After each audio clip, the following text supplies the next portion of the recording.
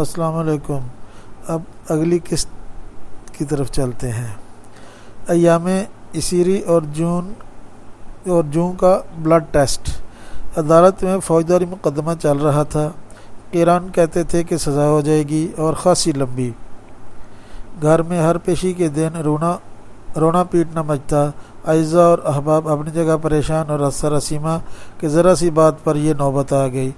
Police انہیں ہتھ کڑی پہنائے سارے شہر کا چکر دلا کر عدالت میں پیش کرتی اور پہلوان سیٹ سے حق الخدمت وصول کرتی۔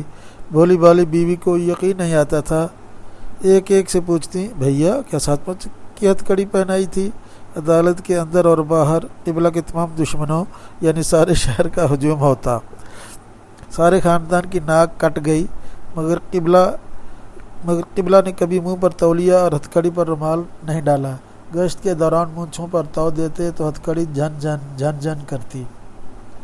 رمضان آیا تو کسی نے مشورہ دیا کہ نماز روزہ شروع کر دیجئے۔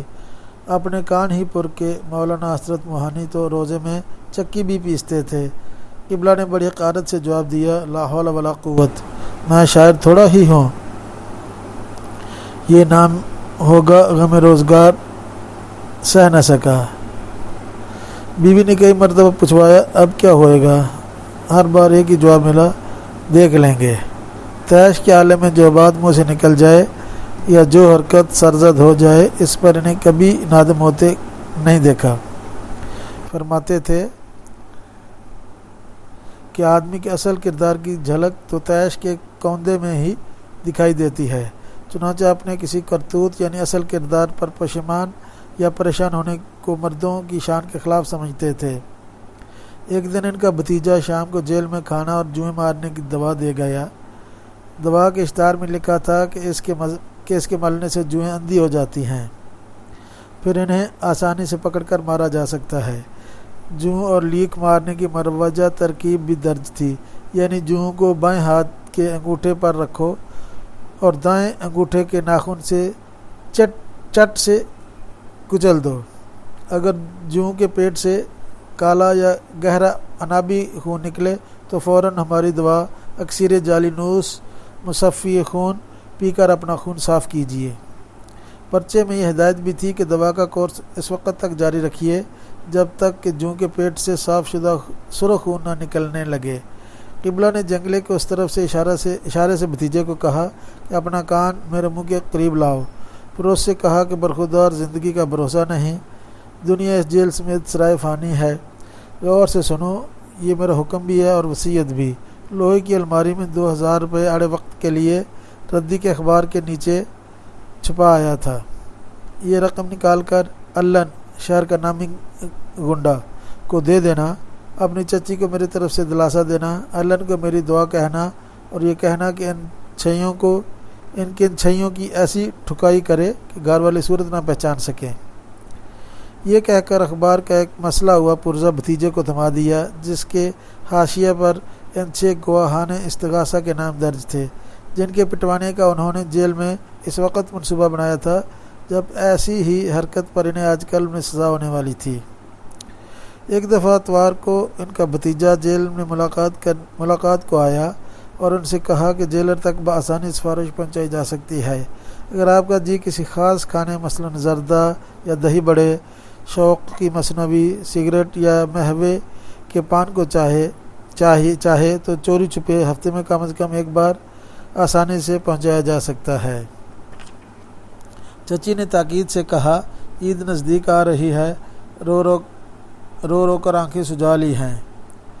قبلہ نے جیل کے کھدر کے نکر پر دوڑتا ہوا کھٹمل پکڑتے ہوئے کہا، مجھے قطعی کسی چیز کی حاجت نہیں، اگلی دفعہ آؤ تو سراج فوٹوگرافر سے حویلی کا فوٹو کھنچوا کے لے آنا، کئی مہینے ہو گئے ہیں دیکھے ہوئے، جدھر تمہاری چچی کے کمرہ کی چک ہے اس رخ سے کھینچے تو اچھی آئے گی۔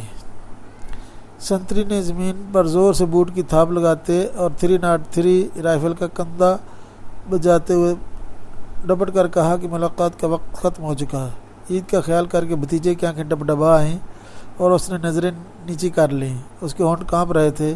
قبلہ نے اس کا کان پکڑ کر اور کھینچ کر اپنے منہ تک لانے کے بعد کہا، ہاں ہو سکے تو جلد ایک تیز چاقو کم از کم 6 انچ کے پھل والا ڈبل روٹی یا عید کی سوئیوں میں چھپا کر بھجوا دو۔ دوم بمبئی میں پینٹنگولر شروع ہونے والا ہے۔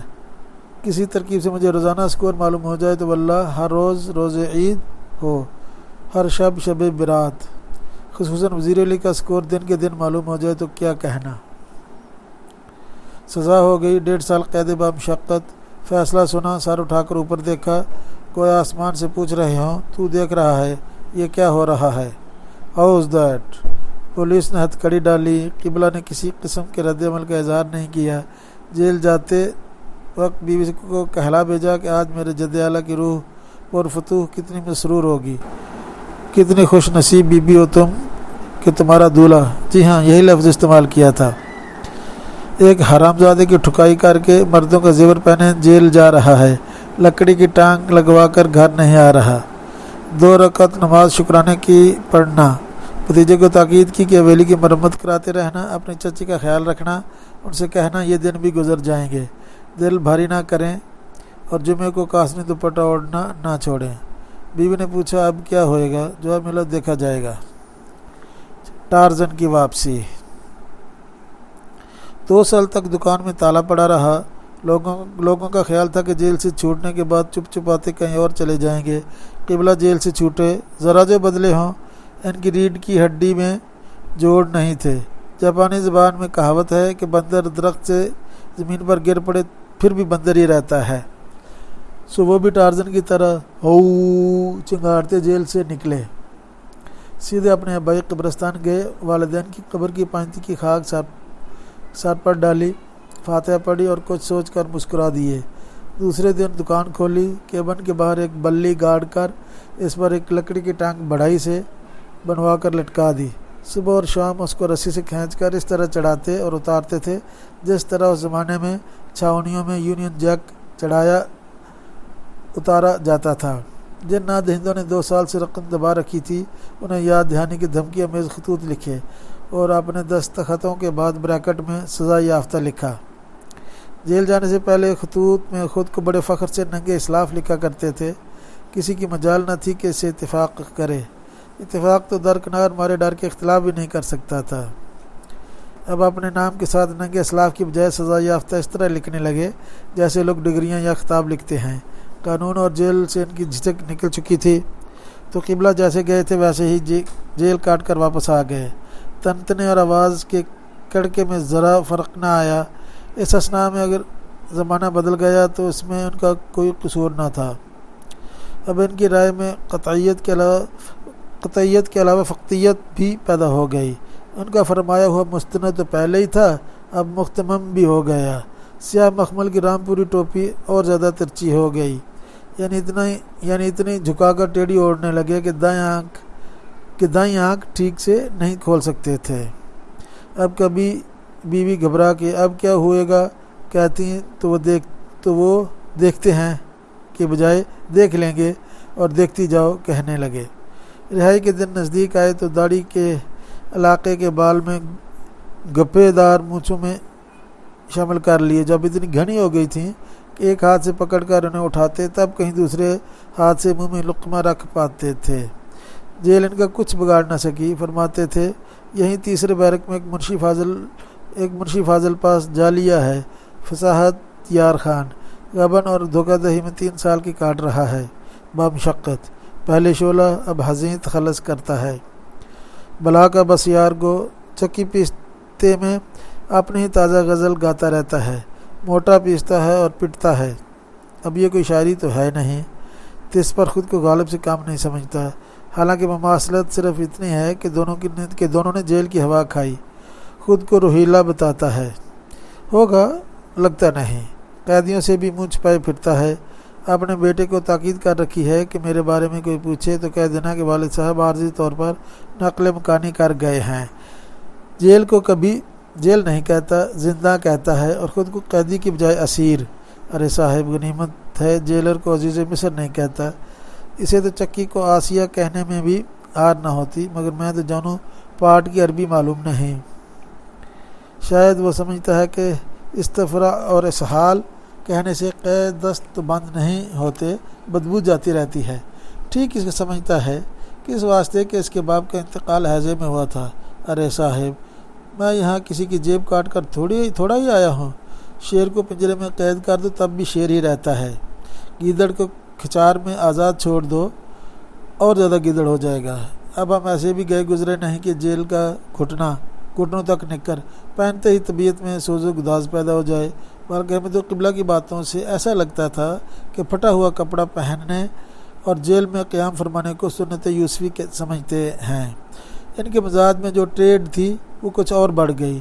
کوے پر کتنے ہی صدمے گزر جائیں، کتنا ہی بوڑھا ہو جائے، اس کے پر و بال کالے ہی رہتے ہیں۔ عقل کھردرے کھرے یا کھوٹے، وہ جیسے کچھ بھی تھے، ان کا ظاہر و باطن ایک ہی تھا۔ تن نجرا من گادلا، بگلا جیسے بھیس، ایسے سے کاگا بھلے باہر بھیتر ایک۔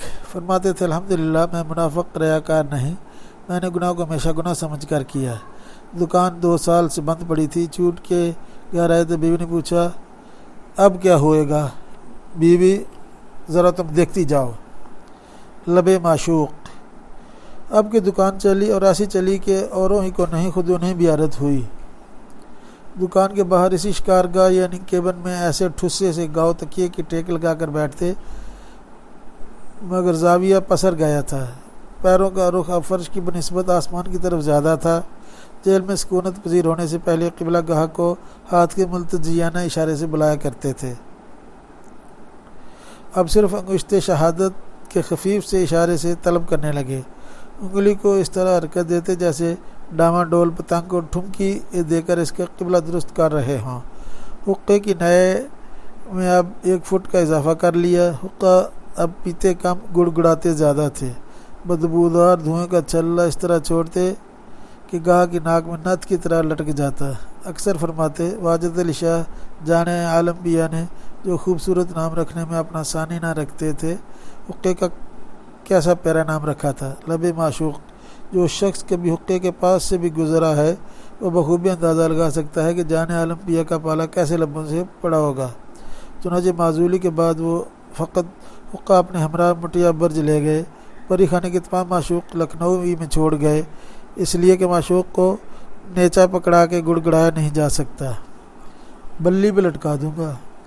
منشی دیار نارائن نگم کے رسالے زمانہ کے کاتب سے عرفی کا مشہور شعر احاطے کی دیوار پر ڈامر سے لکھوا دیا۔ عرفی تو مندی میندش زغوغا رقیباں، آواز سگا کم نہ کند رزق گدارا۔ عرفی تو مندیش زغوغا رقیباں، آواز سگاں کم نہ کند رزق گدارا۔ ہمیں اس شعر سے نسلی عصبیت اور جانبداری کی بو آتی ہے۔ کتے اگر شعر کہہ سکتے تو دوسرا مصرع کچھ یوں ہوتا، آواز گدا کم نہ کند رزق سگاں۔ کچھ دن بعد ان کا لنگڑا دشمن یعنی پہلوان سیٹھ دکان بڑھا کر کہیں اور چلا گیا۔ قبلہ بات بے بات ہر ایک کو دھمکی دینے لگے کہ سالے کو بلی پہ لٹکا دوں گا۔ ہیبت کا یہ عالم کے اشارہ تو بہت بعد کی بات ہے۔ قبلہ جس گاہ کی طرف نگاہ اٹھا کر بھی دیکھ لیں اسے کوئی دوسرا نہیں بلاتا تھا۔ اگر وہ خود دوسری دکان میں چلا بھی جائے تو دکاندار اسے لکڑی نہیں دکھاتا تھا۔ ایک دفعہ ایسا بھی ہوا کہ سڑک پر یوں ہی کوئی راہگیر منہ اٹھائے جا رہا تھا کہ قبلہ نے اسے انگلی سے اندر آنے کا اشارہ کیا۔ جس دکان کے سامنے سے وہ گزر رہا تھا اس کا مالک اور منیم اسے گھسیٹتے ہوئے قبلہ کی دکان میں اندر دھکیل گئے۔ اس نے قبلہ سے روان سا ہو کر کہا کہ میں تو مول گنج پتنگوں کے پیچ دیکھنے جا رہا تھا۔ وہ انتظار جس کا یہ وہ شجر تو نہیں۔ پھر یکایک ان کا کاروبار ٹھپ ہو گیا۔ وہ کٹر مسلم لیگی تھے، اس کا اثر ان کی بزنس پر پڑا۔ پھر پاکستان بن گیا۔ انہوں نے اپنے نعرے کو حقیقت بنتے دیکھا اور دونوں کو پوری قیمت ادا کی۔ گاہکوں نے آنکھیں پھیر لیں، لکڑ منڈی کے چوہے شیر ہو گئے۔